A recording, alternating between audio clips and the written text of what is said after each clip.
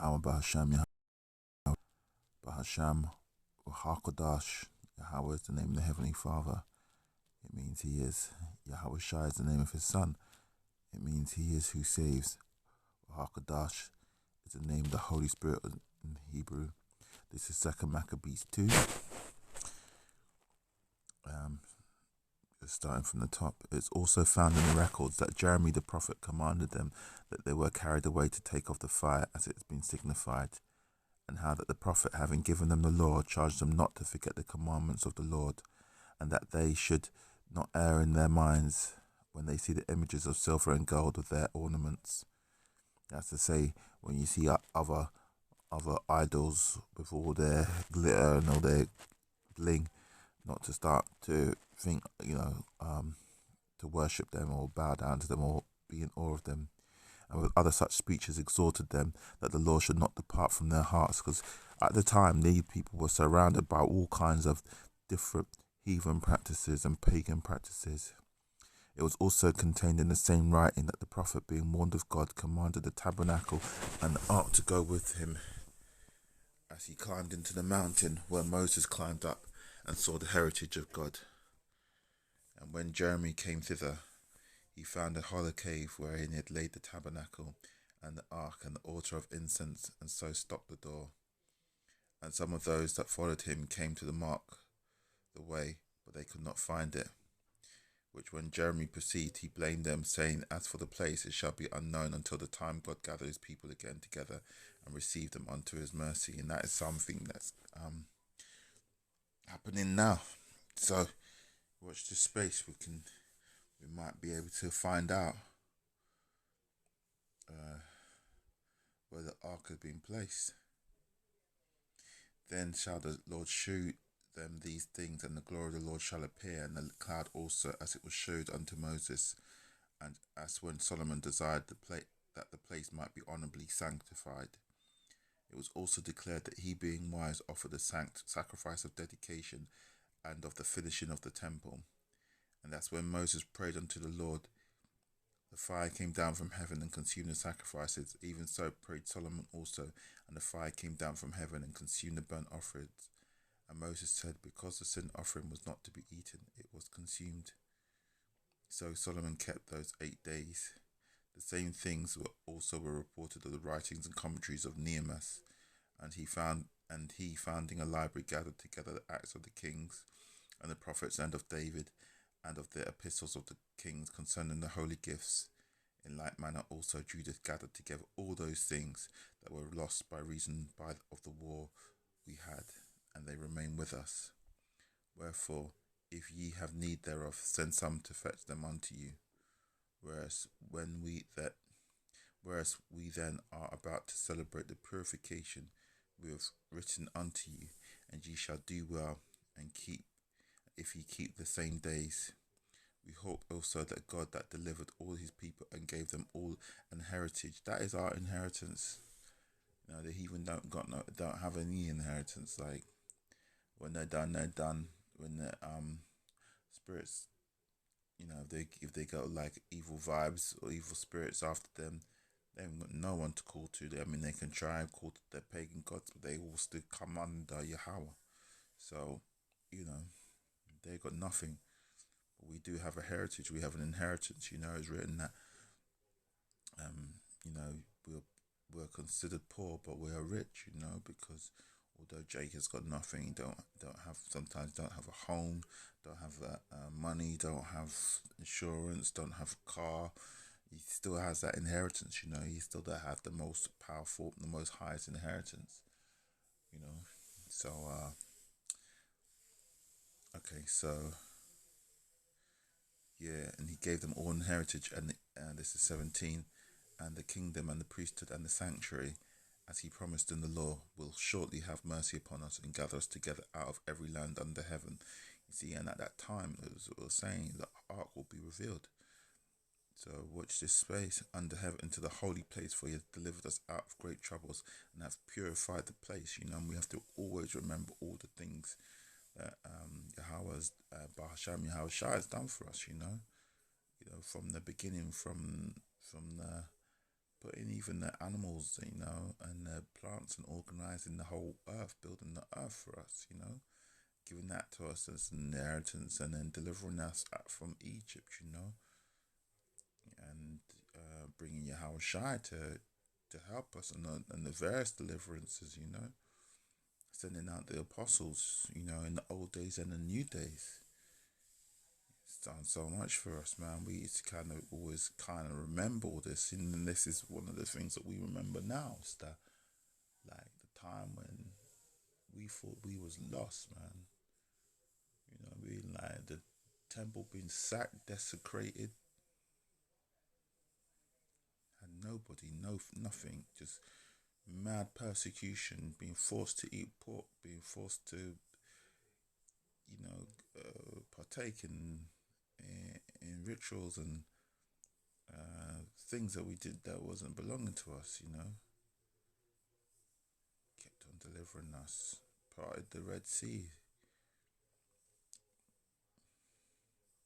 Now, as concerning Judas Maccabeus and his brethren, and the purification of the great temple, and the dedication of the altar, and the walls against Antiochus Epiphanes and the Eupator his son, and that is a historical figure, Antiochus Epiphanes. Let's check that out. Here we go. Antiochus Epiphanes, also called Epimanes, was a Greek Hellenistic king of the Seleucid Empire from 175 BC until his death in 164. He was son of King Antiochus III the Great.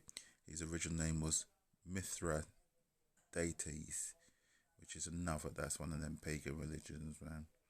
Yeah, they say that is you see you see the statues of Mithra, and they say, oh yeah, this guy wrestling the goat, but he's having sex with the goat, man. It's I'm sure it's part of their weird rituals, man. He assumed the name. Let's look at that, because that makes, otherwise it sounds like I'm bugging out. One sec. Here we go. Mithra, the old Persian is a Persian god. Where is it?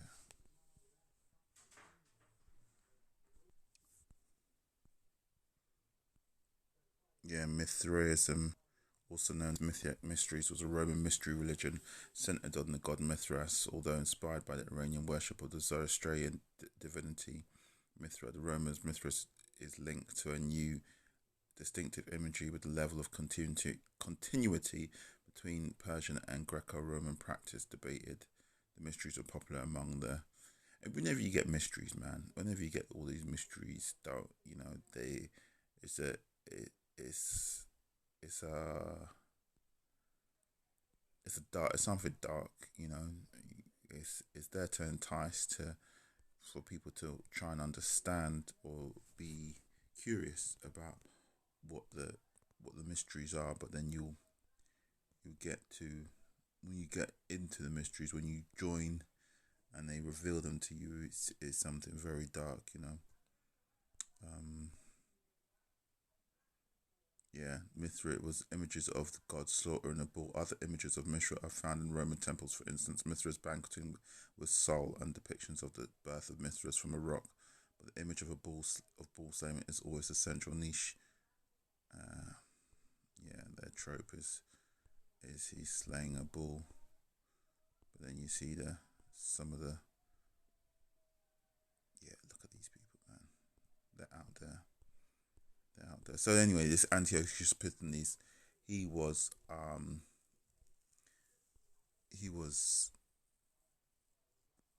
he was named initially after this god, this heathen god.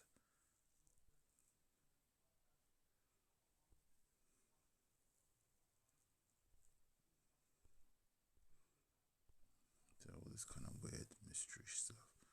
Don't know, man. They were just up to badness. Straight. Anyway, let's go back to what we were looking at before. and the and the wars against Antiochus Epiphanes Eupator his son, and the manifest signs that came from heaven unto those that behaved themselves manfully to their honour for Judaism, so that being but a few they overcame the whole country and chased the barbarous multitudes, and recovered again the temple renowned. So the temple had been sacked and desecrated, and these young, fiery Israelites fought and found back their temple, and been covered in pork and people just eating and pooing and doing all sorts of madness in there, so that the Spirit of God will no longer dwell with the Israelites, because that was the seat of the Spirit of God. It was inside of the Holy of Holies, inside of the temple, and they desecrated it, so to sever that connection. And they've always been trying to sever that connection. If you look at how much pork there is in everything, say for example, you buy beef, buy a beef burger, and you'll find that half of it's pork. You have to always check the ingredients. Anyway, and recovered again the temple renowned all the world over. See, it was a famous temple, and freed the city and upheld the laws which were going down, the Lord being gracious unto them with all favour. All these things, I say, being declared by Jason of Syrian in 5 books, we will essay to abridge in 1 volume. For considering the infinite number and the difficulty which they find that desire to look into the narrations of the story for the variety of the matter, we have been careful that they that will read may have delight, and that they that are desirous to commit to memory might have ease, and that all those all into whose hands it comes might have profit. Therefore, to us, having taken upon us this painful labour of bridging, it was not easy, but a matter of sweat and watching, even as it was no ease unto him that prepareth the banquet and seeketh the benefit of others, yet the pleasuring of many we will undertake gladly this great pains, leaving to the author to the exact handling in every particular and labouring to follow the rules of an abridgment. So they basically went through and did all this research, picked up all the different parts of the story from different places, went through it, took out the craft, took out the maybe things that were ambiguous and stuff, and cleaned it up so that we might be able to look back on the story of Judas the Maccabean, and remember what great things he did and how he restored that connection between the temple and the people of Israel. 29. For as the master builder of a new house must care for the whole building, but he that undertakes to set it out and paint it must seek out fit things for the adorning thereof. Even so I think it is with us, to stand upon every point and go over things at large, and to be curious in particulars belongs to the first author of the story. But to use brevity and to avoid much labouring of the work, it is to be granted to him that will make an abridgment. Here then we will begin the story, only adding thus much to that which hath been said, that is a foolish thing to make a long prologue, and to be short in the story itself. Okay, so he said, I'm going to cut to the chase right now, because I've been trying to make the story short so you guys can consume it, but so I ain't going to make the introduction long and the story short, because that doesn't sound right. Okay, let's get into the verse 3. Now when the holy city was inhabited, so this is where the story starts. Now when the holy city was inhabited with all peace, and the laws were kept very well, because of the godliness of Ananias the high priest, and his hatred of wickedness, it came to pass that even the kings themselves did honour the place and magnify the temple with their best gifts, insomuch that Seclus of Asia of his own revenues bare all the costs belonging to the service of the sacrifice. But one Simon of the tribe of Benjamin, who was made governor over the temple, fell out with the high priest about disorder in the city. And when he could not overcome Ananias, he gat him to Apollonius, the son of. So you can already tell that's a Roman, right? Because there ain't no Israelites going to be calling themselves Apollo after Apollo, the son of Tharasius, who then was governor of Seleucia and Phoenice, and told him that the treasury in Jerusalem was full of infinite sums of money, such so that the multitude of their riches, which did not pertain to the account of the sacrifices, was was innumerable, and that it was impossible to into bring all into the king's hands. So basically, he's saying, you see, he said the account of the sacrifices. So what that is when people bring sacrifices to the temple, which is to make an atonement, to make a prayer for somebody or something like that. It'll be in terms of something valuable, right? So it might be wheat, it might be jewelry, it could be livestock. You know what I mean? Those things were sacrificed to the temple. But yes, but those, it seemed like at the time those sacrifices had to be made account. The amount of money coming into the temple was needing to be accounted to the governor of the Romans, and this and then this guy, because he fell out with the high priest, Ananias, he went. This guy Simon went and snitched basically to the Roman, the next Roman official, saying that the temple was basically tax dodging. Now, when Apollos came to the king and had showed him of all the money whereof he was told, the king chose out Heliodorus his treasurer and sent him with a commandment to bring him the foresaid money. So he's going to collect that tax, right? So forthwith Heliodorus, again, you know, they're just all named after fake idol gods. This is Helios, the sun god or something. Took his journey under colour of visiting the cities of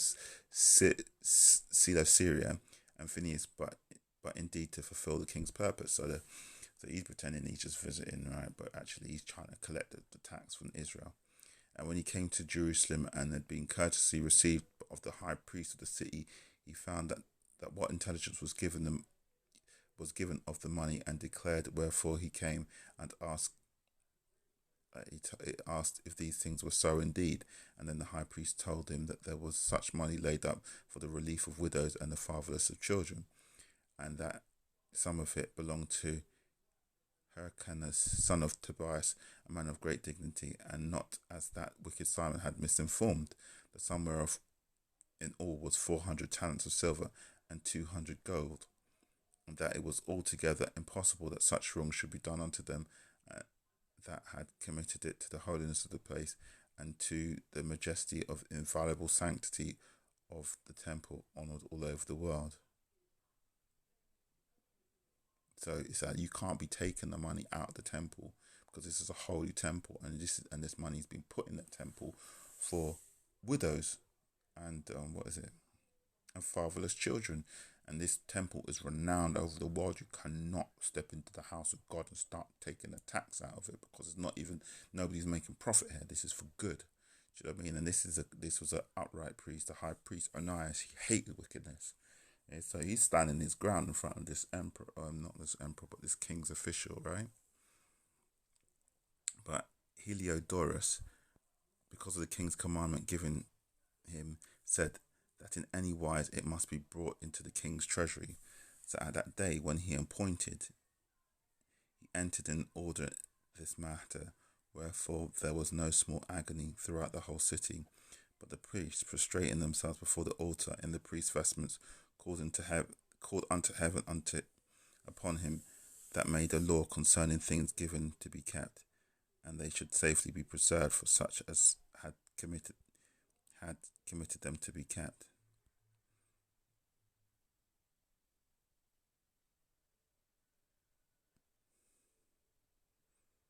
So they asked God to preserve them, because we've just been trying to look after your money, man, and do what's right.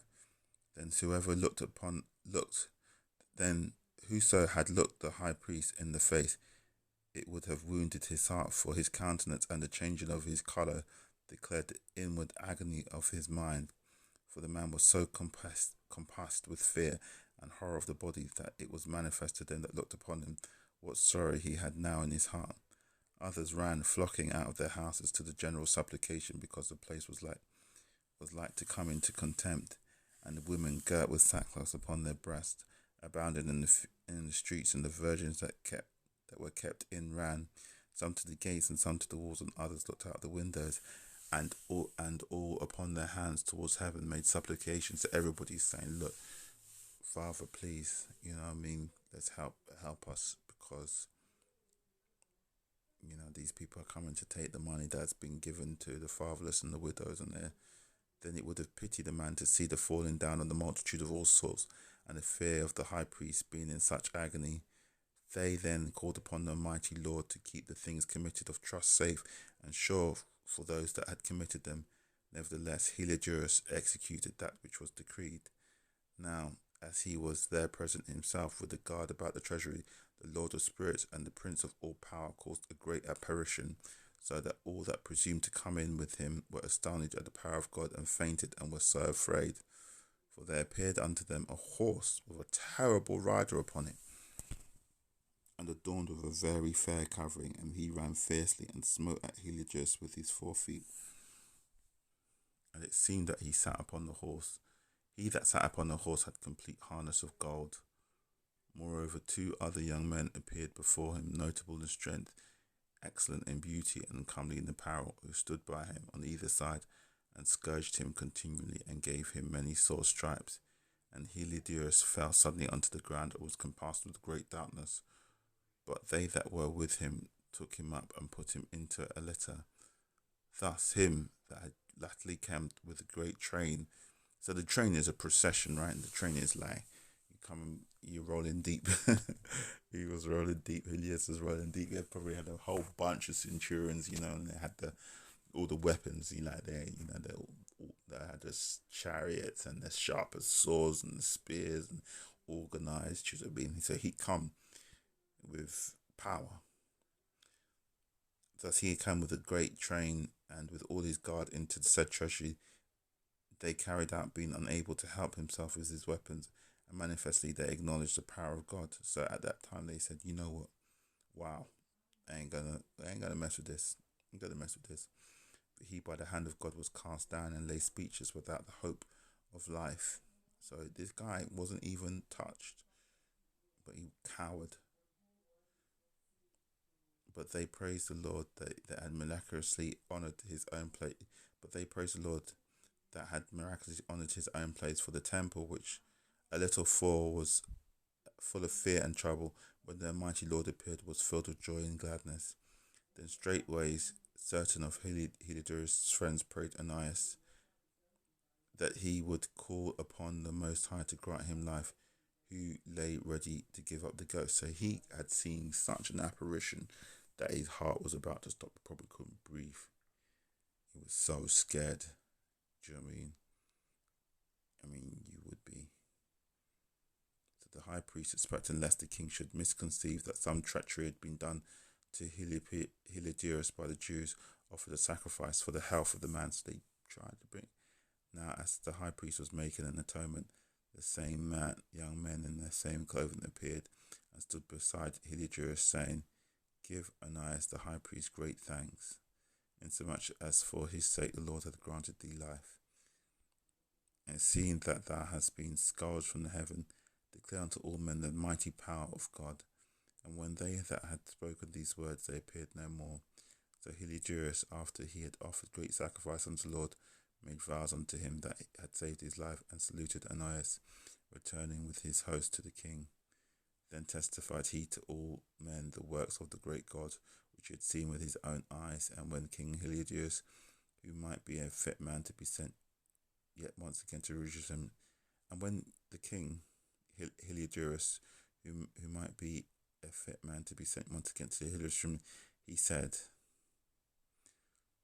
If thou hast an enemy or traitor, send him thither, and thou shalt receive him well scourged, if he escape with his life. For in that place no doubt there is an especial power of God. For he that dwelleth in heaven hath his eye on that place, and defendeth it. And he that beateth and destroys them that come to hurt it. And all things concerning Heliodorus and the keeping of his treasury fell out on this sort. So that was that. They tried to tax the temple of money that wasn't there, and it didn't go well for them. I'm going to close off there because it's running up to 25 minutes. So with that, I want to say all praises to Yahweh, Bahasham, Yahweh Shai, Shalom.